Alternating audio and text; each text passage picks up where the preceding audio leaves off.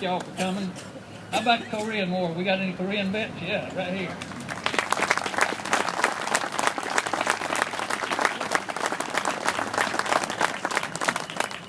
Vietnam. I know we got some Vietnam vets here.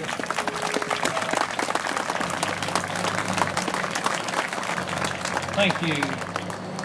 And for Desert Storm, Iraq, Afghanistan, we got several of these right here. One back here, one over here. Thank you for your service. Thank all of you for your service. I'd like to recognize a few people this morning. We've got the mayor of Covington, Kim Carter, is with us this morning. Thank you, Kim. We got the mayor-elect of the city, Mr. Ronnie Johnston. There he is up there. Glad to have you. And we've got a past Department of Georgia commander for the American Legion, Mr. Charlie Tucker. Glad to have you here this morning, Charlie.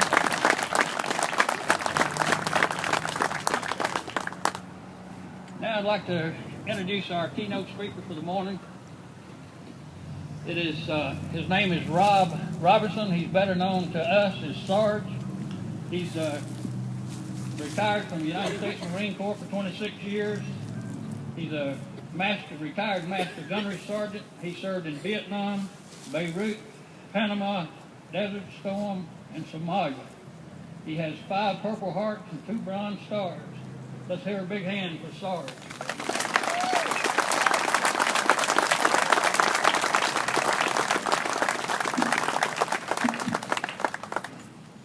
Thank you, Commander.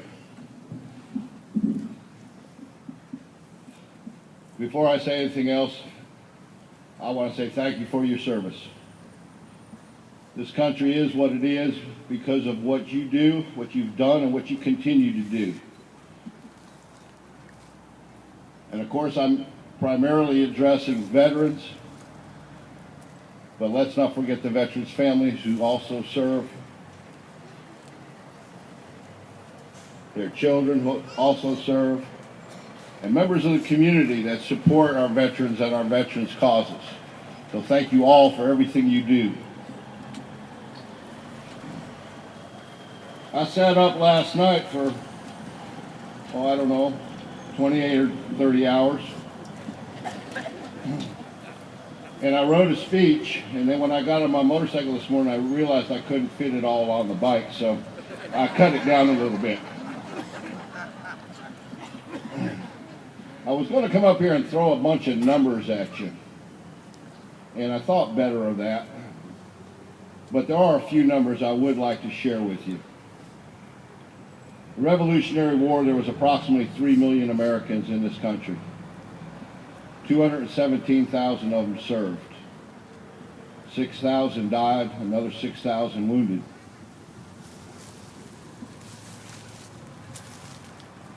In the War of 1812, 286,730.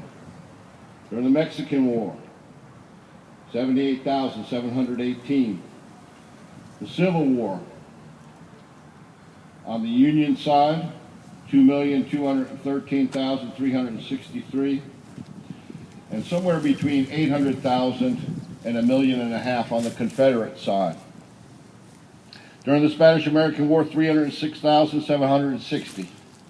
World War I, 4,734,991. World War II, 16,112,566. During the Korean War, 5,720,000. In Vietnam, 8,744,000. Desert Storm, 2,225,000. And during the War on Terror, 1,429,367. I share those numbers with you because they seem to be awful big. But in reality, they're not really very big at all. Currently, there are 23,442,000 living veterans in this country. What that represents, if you consider that in all time, 41,891,000 served during wartime. There's been a total of and 45 million, give or take, Americans who've ever lived in this country. Veterans and people who serve our country in uniform represent less than 7% of our total population. That's a pretty elite group. And I do a lot of speeches, I do a lot of talking to folks, and most often I'm talking with primarily civilian groups. And what I point out to them is, if you look around here, there's about 200, maybe 300 people here in this audience. If it was representative of America, only 21, maybe 14 of them would be veterans. You're a very, very elite group. During America's lifetime, there's been 310 conflicts. That's 1 1/3 conflicts on average every single year from the time that we were born as a nation. Where would we be without you, veterans? Where would we be without the people who are willing to get up and write that check? And I know you've all heard it. A veteran is a person who wrote a check made out to the United States of America for an amount up to and including their life. You're a special group of people. I'm very honored to stand here in front of so many American heroes. And I know I've heard it a million times. None of us that serve consider ourselves heroes. But what is a hero? Is the fireman who disregards his own life to go into a burning building and snap the child from the jaws of the flames. Is he a hero? Well, I think he is. I think he is because he's put his own life second to the life of someone else. And every veteran that ever wore the uniform of the United States of America, be it wartime or peacetime, has written that check. And in my eyes, that makes you heroes. The next time you're out in a group and you look around and you got 100 people out there, look around and see if you can point out the 7 that served. I bet you can. They walk a little taller.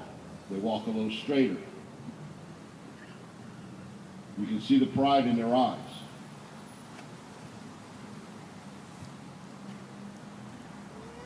I had a conversation the day before yesterday with an 84-year-old Korean War veteran. He came over to my house, knocked on the door, and he was beaming from ear to ear. His eyes are normally tired, but his eyes were bright. He had life oozing out of every cell of his body. And I looked and I said, "You look good today." He said, "I want to show you something." So he proceeded to tell me a story about an 18-year-old boy who, outside of Incheon in Korea,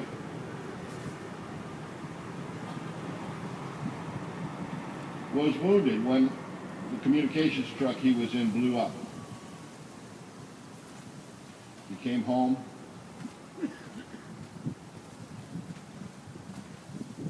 And served silently for the rest of his days up to this 84th year, supporting veterans and veterans' causes. And on that day, 2 days ago, he finally received his Purple Heart. And I could tell, I could see the pride in him. I could see him standing taller. I could see that 84-year-old man with 18-year-old eyes. Because I know that Purple Heart brought back memories of his time in Korea, his time in the service. And some of those memories weren't pretty nice, I'm sure. But I know it also brought back the other memories, the memories that we all hold dear. When we get in little groups, we're not talking about the battles we fought or the damage we inflicted. We're talking about the time old Buster messed up over at the club. We're talking about the camaraderie. And that 84-year-old man was 18 years old again, after 60 years of waiting for that Purple Heart. It never left.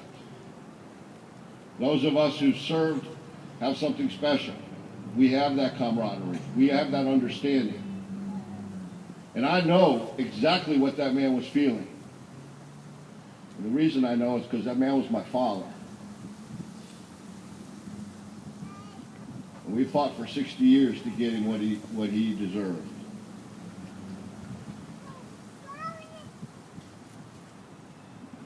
That pride that he has will last a lifetime. The pride that you hold in your hearts will last a lifetime.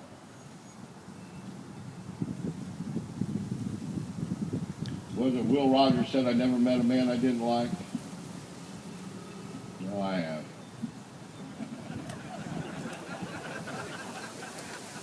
Most of them are not better.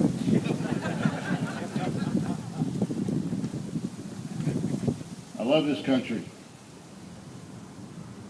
I love what it stands for.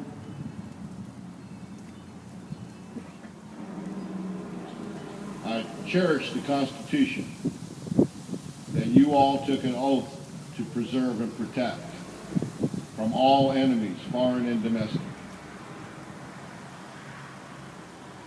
And I've never met a veteran, and I've met a lot, that wasn't willing, knowing full well that on the battlefield today, at his age, our age, we'd probably last about 3.5 minutes.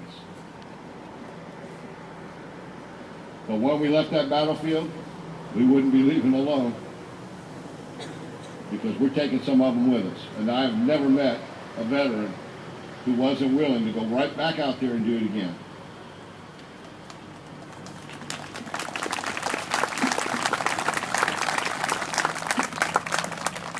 That's what makes veterans so special.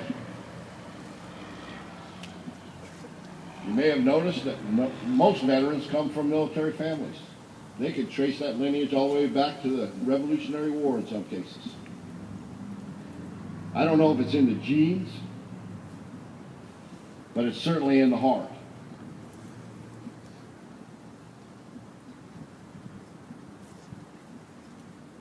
I have a sense of pride every time I get around veterans, my brothers and sisters.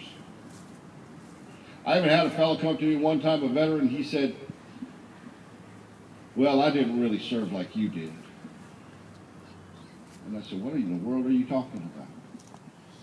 He said, "Well, I served during peacetime." I said, "Yeah. Why was it peacetime?"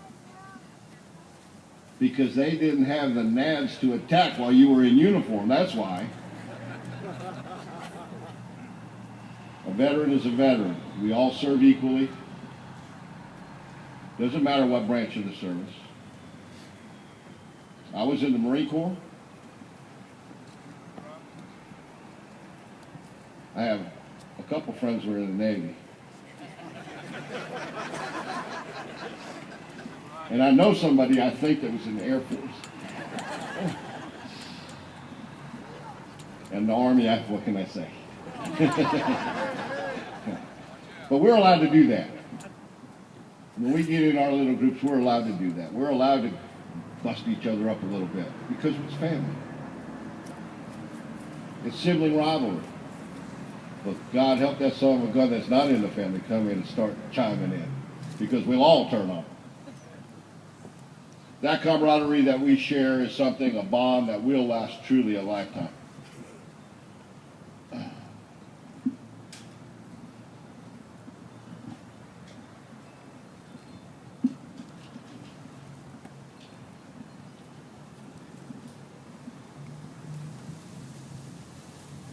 I am proud to be an American.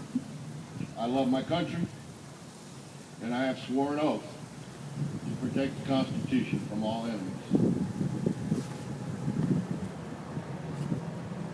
For many years, I wandered